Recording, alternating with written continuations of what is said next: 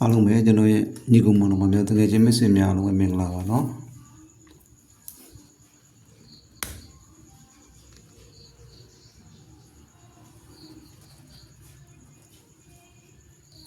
ကျွန်တော်ဒီနေ့26ရက်နေ့တော့ဗောနော်ခဏလေးကြည့်အောင်ဒီပြင်မှာဒါကျွန်တော်ကဒါကကျွန်တော်တို့စောင့်ပင်ဗောနော်တပင်ချားမှာကျွန်တော်တို့ကဒါစရိုက်ပေးလာတာဗောနော်စရိုက်ပေးလာတဲ့ခဏလေးကကြည့်အောင်နော်တော့ဒီကနေစပေးလာဗောနော်ဒီမှာဒီ9နောက်ပိတ်ဆိုတော့အတိအကျအောင်တော့ပြီးသွားတာเนาะကျွန်တော်ဒါကြားခဲ့ပြီးသားဗောနော်ဒါတချို့ညီကောင်မောင်တို့ကသိပါတယ်เนาะဒါက9နောက်ပိတ်ကိုတိကျပြီးသွားတယ်6နောက်ပိတ်ကိုတိကျပြီးသွားတယ်ဗောနော်ဒီမှာ2နောက်ပိတ်လည်းတော့ပြီးသွားတယ်เนาะ2နောက်ပိတ်လည်းပြီးသွားတယ်ဗောနော်တော်တော့အကျဉ်းရတော့များသွားပြီဗောနော်1 2 3 4 5 6ကျဉ်ဖြစ်သွားပြီဗောနော်ဒီပြင်မှာကြောက်ပါခဏဖြစ်မလဲကြည့်အောင်เนาะသူက6အကျဉ်းရတော့ကျွန်တော်ကတော့မကင်ဘူးဗောနော်သူကတော့များတာနေတာဟုတ်ကျွန်တော်တို့ကမကြည့်ဘူးဒါကျွန်တော်တို့ကပေးနေတဲ့အနေထားကိုပဲဆက်ပြီးတော့သွားရအောင်เนาะကျွန်တော်ကတက်ခဏန်းနေပါတယ်ကျွန်တော်တို့ကမကင်ပါဘူးเนาะဒီမှာကျွန်တော်တို့ကြည့်အောင်ဒီမှာလေးဒါကဒီခွန်ကိုဒီညနေခင်းထိတ်စီလေးလိုဖြည်သွားတာเนาะတပင်ချားမှာကျွန်တော်ဒီမှာဒီနှစ်နဲ့ဒီ9ကိုခွန်ဆိုဖြည်သွားเนาะသူတဲ့ပဲဖြည်သွားတယ်เนาะဒီ4ကိုလည်းဒီ3လုံးကို4ဆိုဖြည်သွားတာเนาะဟုတ်ပြီเนาะနောက်တစ်ခါဒီ3ညကိုလည်းတော့ဒီ3လုံး3ညဆိုပြန်ဖြည်သွားတာเนาะဟုတ်ပြီเนาะဒါလေးတချို့ညီကောင်မောင်တို့သိပါတယ်เนาะညီကောင်မောင်တို့အစ်တွေကမသိသေးဘူးပါဆိုလို့ကျွန်တော်ဆက်ပြီးပြနေရเนาะကြော်ဒီမှာသူလည်းမှန်နေတယ်ပေါ့เนาะဒီ3ညကိုလည်းသူကဒီမှာဒီ3ညဆိုသူကလာပြီးတော့မှန်နေတယ်เนาะဒါလုံးဝဘလို့လဲတော့မသိဘူးเนาะဒီမှာဆက်ပြီးတော့ပေးနေတယ်ဒီမှာ8ဒီ8ကိုလည်းဒီ3လုံးပြန်ပြီး8ဆိုပြီးတော့ပေးသွားတယ်เนาะ8ဆိုပြီးတော့ဖြစ်သွားเนาะပေးသွားတယ်ဟုတ်ပြီเนาะဒီမှာလည်းရက်မတော်ဘူးဆက်ပြီးတော့ပေးနေတယ်ပေါ့เนาะဒီမှာဒီ9ကိုလည်းဒီ3လုံးပြန်ပြီးတော့9ဆိုပြီးတော့ဆက်ပြီးတော့ပေးနေတယ်ပေါ့เนาะသူလုံးဝစတိုက်ကိုပေးသွားတာပေါ့เนาะဟုတ်ပြီเนาะဒါဆိုကောင်းပြီတော့ဒီဘက်မှာကျွန်တော်ဒီခွန်ကိုလည်းဆက်ပြီးတော့ကစားမလားဒီခွန်ဆက်ပြီးကစားမှာဆိုကျွန်တော်ဒီမှာ9ရှိရောเนาะအောက်ရောက်သွားเนาะလုံးဝအမှန်ကန်ဆိုင်လေးပေါ့เนาะကျွန်တော်ဒီမှာ9နဲ့ကျွန်တော်ဒီတလုံးနဲ့ပေါင်းရင်ဒီခွန်ဖြစ်ရမှာပေါ့เนาะသူတဲ့ပဲပြီးသွားတယ်เนาะတဲ့ပဲပြီးသွားတဲ့နေတာဒါဆိုရင်ခွန်ဖြစ်အောင်ဆိုဒါဆိုကျွန်တော်ကနှစ်နောက်ပိတ်ဖြစ်သွားမှာပေါ့เนาะနှစ်နောက်ပိတ်ဒီနေရာမှာသူနှစ်နောက်မပိတ်ပဲနဲ့သူခွန်ကိုသူကစားရင်လည်းကစားသွားနိုင်တယ်เนาะခွန်ပေါ့เนาะနှစ်ပါဝါခွန်ဆိုပြီးကစားသွားနိုင်တယ်เนาะဒါကအောက်ရောက်သွားရင်ဟုတ်ပြီเนาะဒါကဒီကနေစရိုက်မှန်တာเนาะဒီခွန်ကိုသူကဒီ3လုံးခွန်ဆိုပြီးတော့တပင်ချားမှာဒီ4ကိုဒီ4ပေါ့เนาะဒီတပင်ချားဒီဘက်ကတော့တပင်ပင်မချားအောင်เนาะဒီ3ညကိုဒီ3လုံး3ညဒီ3ညကိုလည်းဒီ3လုံး3ညပေါ့เนาะဒီ8ကိုလည်းဒီ3လုံး8ဒီ9ကိုလည်းဒီ3လုံး9ပေါ့เนาะဒီပင်မှာကျွန်တော်ခွန်ပေါ့เนาะဒီခွန်ကိုကျွန်တော်ဒီ3လုံးပြန်ပြီးခွန်လို့ဖြစ်မလားပေါ့เนาะခွန်လို့ဖြစ်မဖြစ်ပဲနဲ့သူနှစ်လို့လိမ်ပြီးတော့ပေးမယ်ဆိုရင်ခွန်ထိပ်ပေါ့เนาะခွန်လို့ဖြစ်မယ်ဆိုရင်နှစ်ထိပ်ပေါ့เนาะဒါဆိုရင်သူကတဲ့တွေပဲပေးသွားတယ်ပေါ့เนาะဟုတ်ပြီเนาะဒီကနေပဲကျွန်တော်တို့ကမနေ့ကဒီနောက်ကဒီခဏန်းနဲ့ပဲနောက်ထိုင်အငိမ့်နဲ့ပဲကျွန်တော်တို့10ခွက် site လာ90 site ဖြစ်တာပေါ့เนาะမနေ့ကတော့90 site တည်းပြီးသွားတယ်เนาะ90 site တည်းကျွန်တော်ရွေးပြီးကစားဆိုရင်လည်းကစားလို့ရတာပေါ့เนาะ90 site မှာကျွန်တော်ဒီမှာကြည့်အောင်သူဒီမှာလေညနေခင်းကနန်းကိုလည်းပြခဲ့မှာเนาะညနေခင်းကနန်းပြတယ်မူပြအောင်ပေါ့เนาะကျွန်တော်ဒီမင်းညနေဒီ9နောက်ပိတ်9 break 9အောင်ခဲ့တဲ့ line လေးပေါ့เนาะပေးသွားတဲ့ line ကျွန်တော်ဒီမှာဒီ3ညကို3ညကို3ည9 3ညဆိုပြန်ပြီးတော့ဒီမှာထည့်သွားတယ်ပေါ့เนาะသူကဒီတရက်စာဒီမနေ့ခင်းတခုစာကိုသူကပါဝါလေးနဲ့ပြန်ထည့်သွားတယ်เนาะနောက်တစ်ခါဒီ3ကိုလည်းဒီနှလုံး3ဆိုပြန်ထည့်သွားတယ်เนาะ3883ပေါ့เนาะဒီ3ညကိုလည်း3ည9 3ညဆိုပြီးဒီမှာထည့်သွားတယ်ပေါ့เนาะဒီမှာဆက်ပြီးပြီးတဲ့ကြော်ဒီ9ကိုလည်း3ည9 3ညပဲဆက်ပြီးပြီးသွားတယ်ပေါ့เนาะနောက်တစ်ခါကျွန်တော်ဒီမှာဒီ1ကိုလည်း166တဲ့နဲ့လာပြီးပြီးသွားတယ်ပေါ့เนาะဒါက ဟုတ်ပြီနော်သူကထိတ်စီနောက်ပိတ်အငြိမ်ရရင်လုံးဝပေါ့ကနန်းဖြစ်ပြီပေါ့နော်ဒါလေးကမနေ့ကတော့ကျိုးညီကောင်မောင်တို့ရရရင်ရကြမှာပေါ့နော်ကျွန်တော်ကဒီပြရဲဆိုတော့ကနန်းပြရဲဆိုတော့ကနန်းကတိတ်ဒီကမကြောက်မူပြတာပေါ့နော်မူပြလိုက်တဲ့ကနန်းကတော့ကြိုက်တဲ့လူကတော့ဟိုမိမိတို့တိုက်ဆိုင်တဲ့ကနန်းရှိရင်ကျွန်တော်ပေးတဲ့ကနန်းကျွန်တော်ဒီအလုံးကြပြတဲ့ကနန်းနဲ့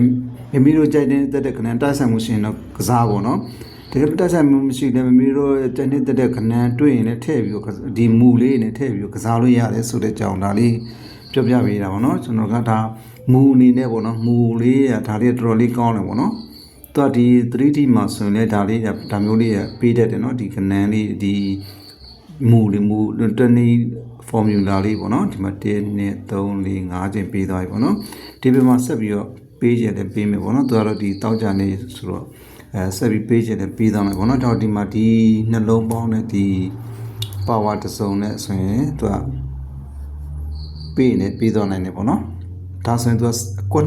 20မူဖြစ်သွားမှာပေါ့နော်ကွက်20 size ဖြစ်သွားမယ်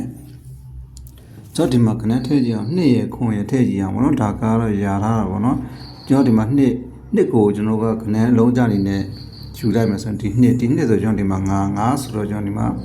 3ညထည့်ရမှာပေါ့နော်3ညဟုတ်ပြီနော်သုံးမဟုတ်ကျွန်တော်ဒီမှာ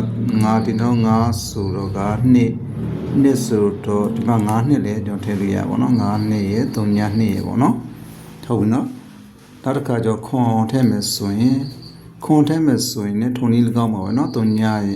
3ညခွန်5ခွန်ပေါ့နော်3ညခွန်ရှိမယ်5ခွန်ရှိမယ်ပေါ့နော်ဒါလေးဟုတ်ပြီနော်3ညခွန်5ခွန်ပေါ့နော်ဒါ3ည2 5နှစ်နော်ဒါဆိုရင်အကွက်20 size ထဲမှာဒါဒီကနန်းလေးပါသွားပြီပေါ့နော်ကွက်20 size ကတော့ကျွန်တော်မရေးပြတော့ဘူးနော်မနေ့ကဆိုရင်ဒါကျွန်တော်ရေးပြလိုက်တဲ့ရှင်အဲ့ဒီမှာဒီပေါက်ကနန်းတော့ပါတယ်ပေါ့နော်တို့ပေမဲ့ကနန်းအကွက်20လောက်ပြကျွန်တော်မရေးတော့ပါဘူးနော်တချို့ညီကမလို့မကြိုက်ဘူးနော်သူကအကွက်20များတယ်အကွက်20ဆိုတော့လည်းများတယ်ပေါ့နော်တကယ်လို့အောင်ခဲ့ရင်တော့ပြဿနာမရှိဘူးနော်မအောင်ဘူးဆိုရင်ဒါကျွန်တော်တို့မကောင်းဘူးပေါ့နော်ထိုးသားလေးတော့နစ်နာတယ်ပေါ့နော်ကျွန်တော်တို့ကဒီမှာကနန်း site လည်းပြတယ်ပြပြီးဟိုကနန်းဟိုအလုံးအကွက်ရင်နဲအောင်လို့ချုံလိုက်တဲ့သဘောပေါ့နော်ကျွန်တော်အလုံးကြတွေကတော့ဟုတ်ပြီနော်ဒီကတော့မူကိုအဓိကထားပြီးတော့ပြသခြင်းဖြစ်ပါတယ်နော်ကျွန်တော်ညီကောင်မောင်မလေးဒီထဲကိုကနန်းလေးထည့်ပြီးတော့ကစားပေါ့နော်ဥပမာ1ထိပ်ကျရင်1ထိပ်ပေါ့2ထိပ်ကျရင်2ထိပ်3ထိပ်ကျရင်3ထိပ်စသဖြင့်ပေါ့နော်ဒီကတော့ကျွန်တော်က2နောက်ပိတ်ကိုကျွန်တော်ကယူလိုက်လို့2နောက်ပိတ်နဲ့ဒီ3953ဖြစ်သွားတာပါเนาะဟုတ်ပြီเนาะဒါဆိုရင်အဓိက main ကတော့ကျွန်တော်ဒီမှာတော့ကျွန်တော်ကနန်းကနှစ်နောက်ပိတ်နေပေါ့เนาะထိပ်စီကတော့မိမိတို့ကျန်နေတဲ့ကနန်းနဲ့တွဲပြီးကစားမယ်ဆိုရင်ကစားလို့ရပါတော့ဒီမှာကျွန်တော်ကယာထားတဲ့ထိပ်စီလေးကိုကျွန်တော်ပြလိုက်ပါမယ်เนาะကျွန်တော်တော့လွယ်လွယ်လေးလည်းသူပေးသွားနိုင်တယ်เนาะကျွန်တော်ဒီမှာဒီ3ညပေါ့เนาะ3ညဒီ3လုံး1ပေါ့နော်1 3ည1ဒီ3လုံး2ပေါ့နော်3ည1 2ကျွန်တော်ဒီမှာဒီ3လုံး3ဆိုရင်3ည1 2 3လို့ပြီးမလားပေါ့3ည1 2 3ဆိုရင်ကျွန်တော်6ထိပ်ဖြစ်သွားမှာပေါ့နော်6ထိပ်6ထိပ်ဆိုရင်ကျွန်တော်ဘာရှိမလဲ6ထိပ်ဆိုတော့6ဆိုတော့ကဒီမှာ6ထည့်မလား6ထည့်မယ်ဆိုရင်6အပေါ်မှာ5ရှိရောနော်ပုံမှန်ဒီမှာကျွန်တော်6ထည့်မယ်ဆိုရင်ဒီနှလုံးက1ဒီ1ပေါ့နော်ဒီ1ကိုကျွန်တော်166တစ်ပြန်ပြရမယ်ဆိုရင်ဓမ္မတော့ကျွန်တော်3883ဖြစ်သွားမှာပေါ့နော်36368ဖြစ်သွားမှာနော်ဒါက6368နော်ဟုတ်ပြီနော်ဒါက6368ကဲဒါလေးဆိုရပြီနော်ဒါကကျွန်တော်ထိုးရမယ့်ကနန်းဘယ်ကနန်းလဲဆိုတော့ဒါလာမှန်နေမှာဆိုလို့ပေါ့နော်ဒီမှာကျွန်တော်ထိုးရမယ့်ကနန်းလေးဒါကျွန်တော်ပြထားပြီးသားနော်ဒီမှာကနန်းလေးပေါ့နော်ဒီကနန်း4ကွက်ပေါ့နော်4ကွက်ရဲ့ဒီ2ကွက်ထည့်မယ်ဆိုလဲထည့်ပေါ့နော်သို့ပေမဲ့မိမိတို့ကြိုက်နေတဲ့ကနန်းလေးထည့်စီးလေးထည့်ပြီးတော့ဒီမှာလည်းတွဲပြီးကစားခြင်းနဲ့ကစားပါနော်သို့ပေမဲ့ဒါပေမဲ့နှစ်နောက်ပိတ်နဲ့ဒီကထားကစားမယ်ဆိုရင်လည်းတခြားကနန်းလေးထည့်ပြီးတော့ကစားလို့ရတယ်နော်ကဲဟုတ်ပြီနော်ဒါက3ည2 5နှစ်ပေါ့နော်ဟုတ်ပြီနော်ဒါကရပြီပေါ့နော်ညနေခင်းကနန်းသွားကြည့်အောင်ညနေခင်းကနန်းကလည်းကျွန်တော်ကဟို ညနေခင်းကနန်းကိုတော့ဒီမှာပြတယ်သူကလည်း break ကိုမှန်လာတာပေါ့နော် break လေးနဲ့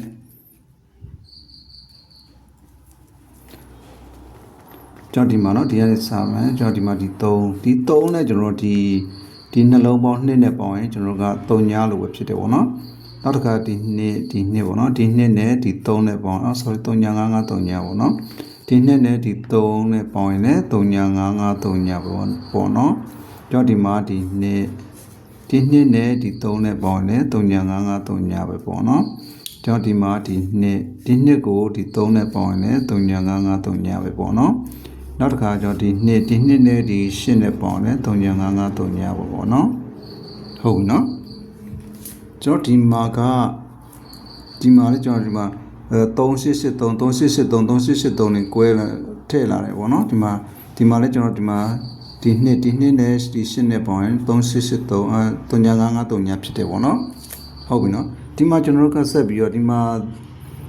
သူကဘာဖြစ်လို့အောင်ခဲ့လဲဆိုတော့ဒါဒီကျွန်တော်တို့ဒီ3ည5 5 3ညမတက်တဲ့ပုံတို့အောင်ခဲ့တယ်နော်သူကဒီမှာ3883နဲ့ရိုက်လာပြီဒီမှာ3883မရိုက်ဘူးပေါ့နော်မရိုက်ရတဲ့အကြောင်းရင်းကကျွန်တော်ဒီမှာဒီ9နဲ့ပေါင်းရင်3ည5 5 3ညမတက်တဲ့ဒါဝင်သွားလို့ပေါ့နော်ဟုတ်ပြီနော်3ည5 5 3ညကျွန်တော်မနေ့ကဒါပြခဲ့သေးတယ်နော် break ကိုပေးခဲ့တယ်နော်ရှုံးညီကောင်မောင်တို့ရကြလားမသိဘူးနော်ကျွန်တော်မူအနေနဲ့ကျွန်တော်ကဒီမှာပြခဲ့ပေါ့နော်ဒီထဲမှာအလုံးကြကနန်းတွေကမိမိတို့ကြိုက်တဲ့ကနန်းတွေတွဲပြီးကစားပေါ့နော်ဒီဘက်မှာဆက်ပြီးတော့ပေးအောင်မလားပေးမယ်ဆိုရင်ကျွန်တော်ဒီမှာကျွန်တော်နှစ်လို့ဖြစ်သွားတယ်နှစ်နဲ့ကျွန်တော်ဒီမှာ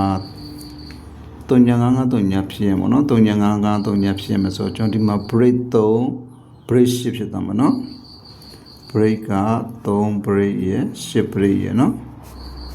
ဟုတ်ပြီနော်3 break 10 break ရှိမယ်နော်ဒါကညနေခင်းအတွက်ပါနော်ညနေခင်းအတွက်ကိုကျွန်တော်မတင်ပြမှာဆိုလို့ပါနော်တခါလေဒီမှာဒီ file ထဲမှာပဲပြီးသွားအောင်လို့ပေါ့နော်နောက်တစ်ခါကျတော့ဒီမှာအရန်ကနန်းလေးပေါ့နော်အရန်အနေနဲ့ဒါ